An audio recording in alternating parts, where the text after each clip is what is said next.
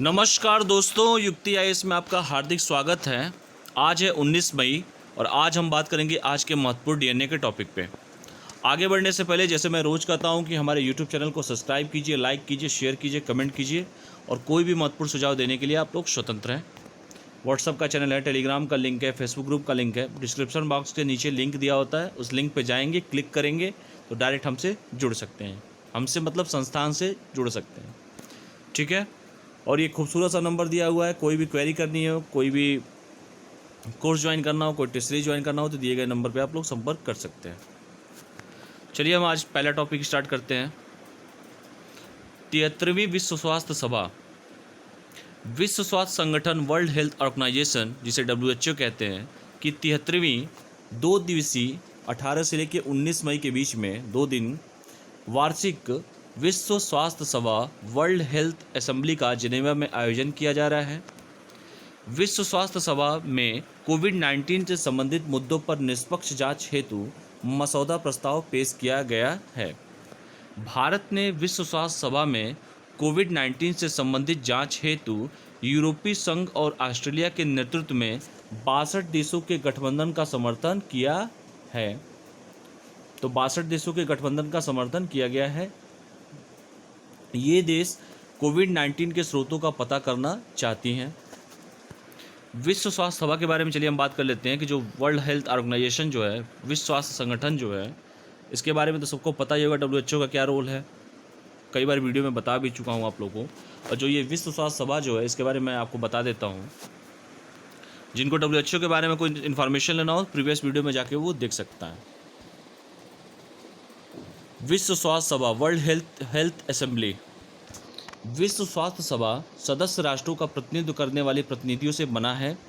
प्रत्येक सदस्य का प्रतिनिधित्व अधिकतम 3 प्रतिनिधियों द्वारा किया जाता है, जिनमें से किसी एक को मुख्य प्रतिनिधि के रूप में नामित किया जाता है, ठीक है। इन प्रतिनिधियों को स्वास्थ्य के क्षेत्र में उनकी तकनीकी क्षमता के आधार पर सबसे योग्य व्यक्तियों में से चुना जाता है, क्योंकि ये सदस्य राष्ट्र के राष्ट्रीय स्वास्थ्य प्रशासन का अधिमान्य प्रतिनिधित्व करते हैं।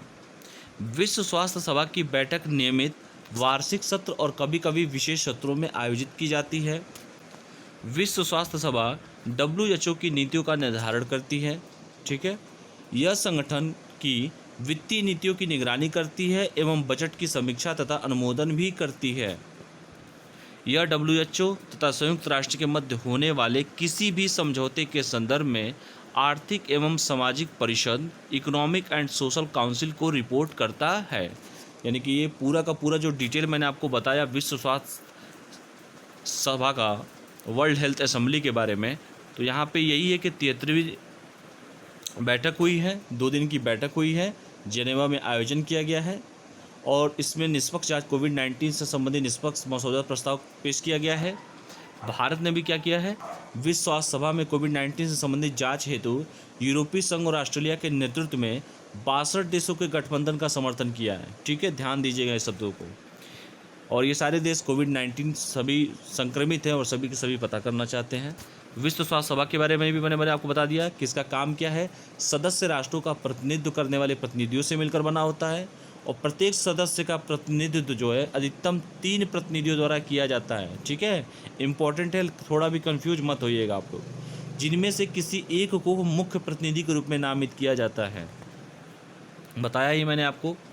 और ये भी बताया पूरा का पूरा डिटेल, ये देख लीजिएगा।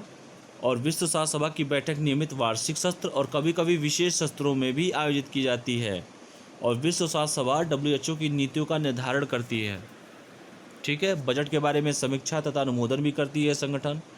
यह WHO तथा संयुक्त राष्ट्र के मध्य होने वाले किसी समझौते के संदर्भ में आर्थिक एवं सामाजिक परिषद, ध्यान दीजिएगा इसको, इकोनॉमिक एंड सोशल काउंसिल को रिपोर्ट करता है, ठीक है। तो ये रहा आज का पहला टॉपिक आपका, जिसके बारे में मैंने आपको बता दिया। चलिए अब चलते हैं दूसरे टॉपिक पे।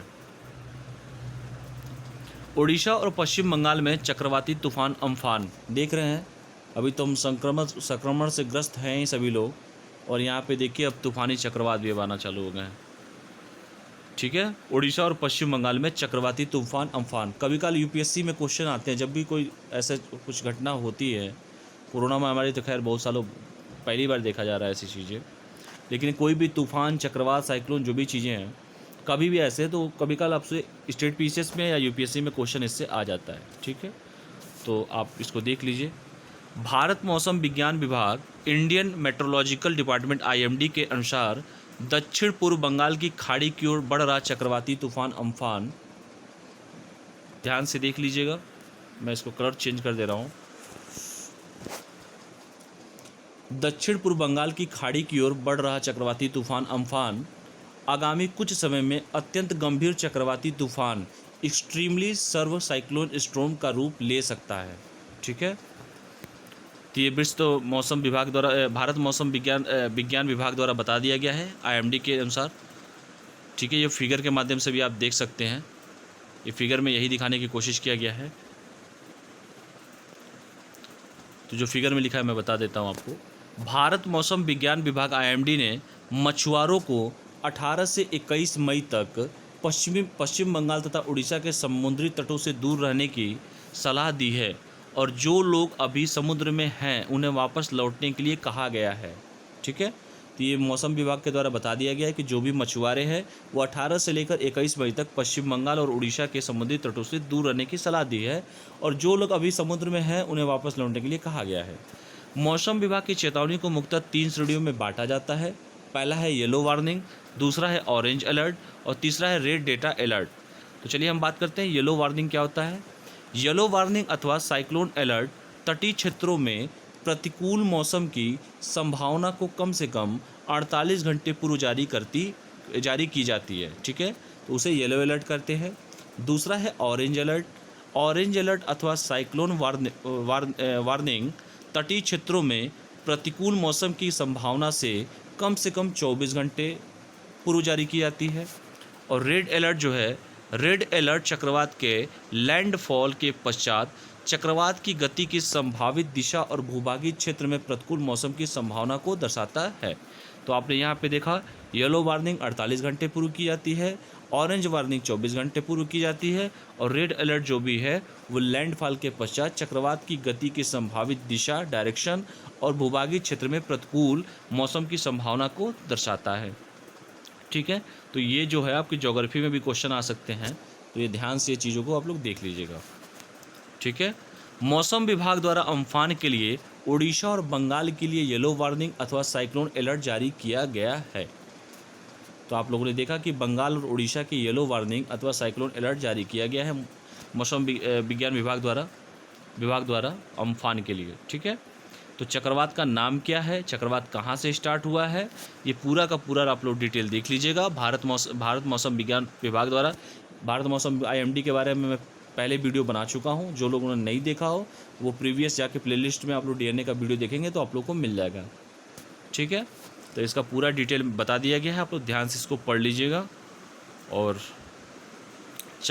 अब हम बात करते हैं चक्रवातों के नामकरण का विषय। चक्रवातों के नामकरण का विषय सदैव से ही काफ़ी महत्वपूर्ण रहा है। हिंद महासागर क्षेत्र में नामकरण का विषय सदैव से ही काफ़ी महत्वपूर्ण रहा है। हिंद महासागर क्षेत्र के 8 देश, जिसमें बांग्लादेश, भारत, मालदीव, म्यांमार, ओमान, पाकिस्तान, श्रीलंका तथा थाईलैंड। ठीक है, ये हिंद महासागर के जो 8 देश हैं, ध्यान से देख लीजिएगा। बहुत लोगों को नहीं पता है, जो नए स्टूडेंट हैं उनको नहीं पता होगा, तो ध्यान से इस चीज़ों को देख लेंगे। ठीक है, कि भारत के अगल बगल हिंद महासागर के कितने देश हैं। एक साथ मिलकर आने वाले चक्रवातों के नाम तय करते हैं। चक्रवातों के नामकरण के कारण चक्रवात को आसानी से पहचाना जा सकता है और इससे बचाव अभियानों में भी मदद मिलती है। किसी नाम का दोहराव नहीं किया जाता है, ये भी ध्यान देने वाली बात है कि कोई भी इस चक्रवात का नाम का दोहराव नहीं किया जाता है। मौजूदा चक्रवाती तूफान अम्फान का नामकरण थाईलैंड द्वारा किया गया है। कमेंट मार के बताइए थाईलैंड की राजधानी क्या है। चलिए यही बता दीजिए, कमेंट मारिएगा आप लोग। वर्ष 1900 के मध्य चक्रवाती तूफान से होने वाले खतरे के बारे में लोगों को समय रहते सतर्क करने के लिए इसके नामकरण की शुरुआत की गई थी। तो कब की गई थी? 1900 में, स्टार्टिंग में ही। इसी प्रकार 2018, 2019 और 2020 में जितने भी चक्रवात आते हैं उनके नाम पहले से ही तय हैं। मई 2019 में भारत में चक्रवात फोनी कहर बरपाया था।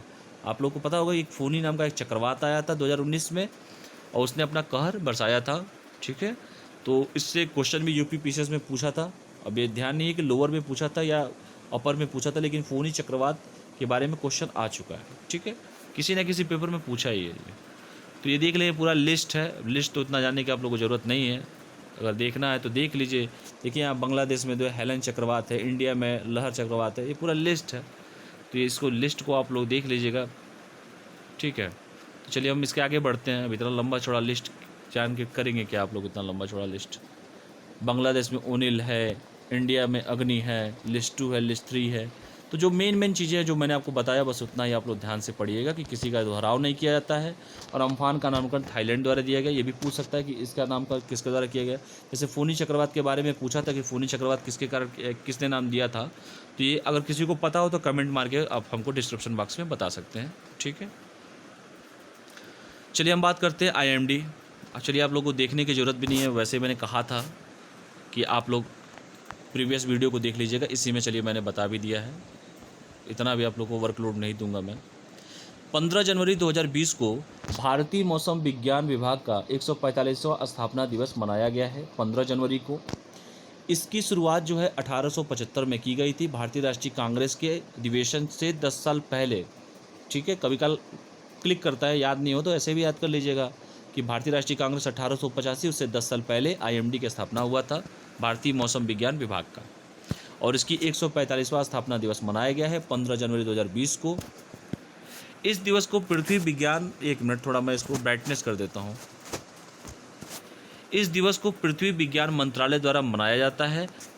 भारतीय मौसम विज्ञान विभाग पृथ्वी विज्ञान मंत्रालय के अधीन कार्य करता है। इंपॉर्टेंट है, ध्यान से पढ़ लीजिएगा कि भारतीय मौसम विज्ञान विभाग जो है पृथ्वी विज्ञान मंत्रालय के अधीन कार्य करता है। पृथ्वी विज्ञान मंत्रालय के अंतर्गत भारत सरकार के मौसम विज्ञान प्रेक्षण, मौसम पूर्वानुमान और भूकंप विज्ञान का कार्यभार संभालने वाली भारतीय मौसम विज्ञान विभाग एक सरकारी एजेंसी है। इसका मुख्यालय जो है नई दिल्ली में है। भारत से लेकर अंटार्कटिका भर में सैकड़ों प्रेक्षण स्टेशन भारतीय मौसम विज्ञान विभाग के द्वारा वर्तमान में चलाए जाते हैं। ठीक है, तो ये पूरा का पूरा डिटेल आप पढ़ लीजिएगा। स्थापना कब हुआ था पहले भी बता दिया हूँ, आज फिर बता दे रहा हूँ। जिन लोगों को नहीं पता है देख लें किस मंत्रालय के अधीन काम करता है और ये क्या है, एक सरकारी एजेंसी है। ये सब पूरा काम देख लीजिएगा आप लोग ध्यान से। मुख्यालय नई दिल्ली में ही है और यहाँ से लेके भारत से लेके अंटार्कटिका भर में सैकड़ों स्टेशन जो है भारतीय मौसम विज्ञान विभाग के द्वारा वर्तमान में चलाए जाते हैं। अब देखते हैं इसकी उपलब्धियाँ क्या हैं, भारतीय मौसम विज्ञान विभाग की हालिया उपलब्धियाँ क्या क्या हैं। भारतीय मौसम विज्ञान विभाग की 5 वेधशालाओं को विश्व मौसम विज्ञान संगठन से मान्यता प्राप्त हुई है। ये वेधशालाएँ चेन्नई, मुंबई, पुणे, तिरुवनंतपुरम और पणजी में स्थित है। ठीक है, तो ये 5 जगह स्थित है वेधशाला, याद कर लीजिएगा आप लोग ध्यान से। फेनी नामक चक्रवात के सटीक पूर्वानुमान के लिए वैश्विक स्तर पर भारतीय मौसम विज्ञान विभाग की प्रशंसा की गई थी। ठीक है, तो जो फेनी चक्रवात आया था इसका जो पहले से पूर्वानुमान जो किया गया था वो वैश्विक स्तर पर भारतीय मौसम विज्ञान विभाग की प्रशंसा की गई थी। अगस्त 2019 में CDES centralised data entry system ने डेट-इन सॉफ्टवेयर का स्थान लिया। इस सिस्टम का उपयोग 91 वेधशालाओं 40 एयरपोर्ट कर रहे हैं। ठीक है, तो ये देख लीजिएगा डेट-इन जो दिया हुआ है, डेट-इन 9 जो कह सकते हैं आम भाषा में। ठीक है, तो इसको आप लोग आराम से पढ़ लीजिएगा ध्यान से। अब हम चलते हैं तीसरे पे। ठीक है, ये अगस्त 2019 में हुआ था, ध्यान दीजिएगा, कंफ्यूज मत होइएगा आप लोग। ठीक है, डेट-इन 9 जो है सॉफ्टवेयर का स्थान लिया गया है और इस सिस्टम का उपयोग 91 वेधशालाएँ व 40 एयरपोर्ट कर रहे हैं। तो ये रहा आपका दूसरा का पूरा डिटेल ही आज हमको बता दिया मैंने। भारतीय मौसम विज्ञान संस्थान, अलर्ट, चक्रवात कैसे कैसे नाम दिए जाते हैं, एक का रिपीट नहीं किया जाता है बार बार, ये सारा का सारा दे दिया है। हिंद महासागर के देश दे दिया गया है, कब स्टार्ट हुआ था, किसने नाम दिया था, अम्फान किसने नाम दिया था, तो सारा का डिटेल आपको मैंने बता दिया आपको। ठीक है, उपलब्धियाँ भी जो थी वो भी बता दिया गया है। चलिए अब हम चलते तीसरा बात करते हैं टॉपिक पे, राष्ट्रीय प्रवासी सूचना प्रणाली। कोविड-19 के मद्देनज़र प्रवासियों के आवागमन के बारे में सूचना प्राप्त करने और सभी राज्यों में फंसे हुए प्रवासियों के आवागमन सुगम बनाने के लिए राष्ट्रीय आपदा प्रबंधन प्राधिकरण, national disaster management authority NDMA ने एक ऑनलाइन डैशबोर्ड राष्ट्रीय प्रवासी सूचना प्रणाली national migrant information system NMIS को विकसित किया है। ठीक है, तो ये देखिए प्रवासियों के लिए किया गया है राष्ट्रीय प्रवासी सूचना प्रणाली। ठीक है, तो इसको ध्यान से आप लोग पढ़ लीजिएगा। एक ऑनलाइन डैशबोर्ड चालू किया गया जिसका नाम है राष्ट्रीय प्रवासी सूचना प्रणाली, NMIS को विकसित किया गया है। यह ऑनलाइन पोर्टल प्रवासी कामगारों के बारे में केंद्रीय कोष बनाएगा और उनके मूल स्थानों तक उनकी यात्रा को सुचारू बनाने के लिए अंतर्राज्यीय संचार तालमेल में मदद करेगा। इसका एक अतिरिक्त लाभ संपर्क में आने वालों का पता लगाने, ठीक है, के रूप में भी होगा, जो कोविड-19 से निपटने के लिए की जा रही कार्रवाई में भी उपयोगी साबित हो सकता है। ठीक है, तो इसका एक और लाभ होगा, जो संपर्क में आने वाले जो लोग हैं उनका पता चल जाएगा और कोविड-19 से निपटने के लिए की जा रही कार्रवाई में भी उपयोगी साबित हो सकता है। प्रवासी लोगों के बारे में मुख्य डेटा जैसे नाम, आयु, मोबाइल नंबर, आरंभिक और गंतव्य जिला, यात्रा की तिथि आदि जिन्हें राज्य द्वारा पहले ही एकत्र किया जा रहा है को अपलोड करने के लिए उसका मानकीकरण कर दिया गया है। इसके बारे में भली बात सभी लोग परिचित होंगे। मैं इस पर बोलूँगा भी नहीं, एक शब्द नहीं बोलूँगा अब, क्योंकि रोज़ पढ़ पढ़ के सच में बहुत ही गिलानी फील होती है सब चीज़ों को। मतलब टीवी देखने का तो मन ही नहीं करता है अब। तो इसको आप लोग पढ़ लीजिएगा, हालांकि पढ़ना ज़रूरी है इसको, तो आप लोग पढ़ लीजिएगा। एक डैशबोर्ड बनाया गया है, पता नहीं केंद्र और राज्य सरकार के बीच में क्या समन्वय है कि क्या हो क्या रहा है, पिस तो रहा है मजदूर। ठीक है, तो चलिए मेरा काम बस पढ़ाना है आपको, बाकी आप लोग अपने तरीके से देखिएगा। ठीक है, चलिए तब हम अगला बात करते हैं अगले टॉपिक पे।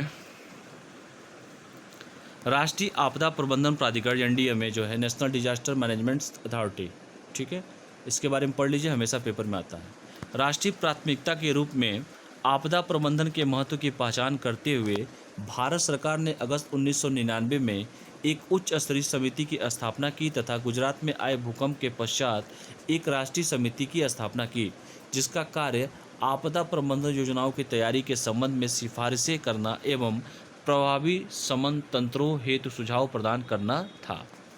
23 दिसंबर 2005 को भारत सरकार द्वारा आपदा प्रबंधन अधिनियम 2005 को अधिनियमित किया गया, जिसके तहत राष्ट्रीय आपदा प्रबंधन प्राधिकरण NDMA एवं राष्ट्रीय आपदा मोचन बल NDRF का टीम, जिसे बार बार कहते हैं ना, सुनते होंगे कि NDRF की टीम आई है, का गठन किया गया। तो जो NDRF की टीम आप लोग बार बार सुनते हैं और राष्ट्रीय आपदा प्रबंधन प्राधिकरण, ये दोनों ये किस एक्ट के थ्रू बना है, ये ध्यान से आप लोग पढ़ लीजिएगा और डेट भी याद रख लीजिएगा। ठीक है, 23 दिसंबर 2005 को। यह भारत में आपदा प्रबंधन के लिए एक सर्वोच्च निकाय है, जिसका गठन आपदा प्रबंधन अधिनियम 2005 के तहत किया गया है। ठीक है, यह आपदा प्रबंधन के लिए नीतियों, योजनाओं एवं दिशा निर्देशों का निर्माण करने के लिए जिम्मेदार संस्था है, जो आपदाओं के वक्त समय पर एवं प्रभावी प्रतिक्रिया सुनिश्चित करता है। भारत के प्रधानमंत्री द्वारा इस प्राधिकरण की अध्यक्षता की जाती है। तो जो प्राइम मिनिस्टर होंगे वो इस प्राधिकरण की अध्यक्षता की जाती है। ठीक है, प्राइम मिनिस्टर को द्वारा अध्यक्षता की जाती है, तो ये ध्यान दीजिएगा इस चीज़ को। अब हम बात हैं राष्ट्रीय आपदा मोचन बल NDRF, जो मैंने कहा कि NDRF की टीम आप सुनते होंगे बार बार, इसके बारे में भी जान लीजिए।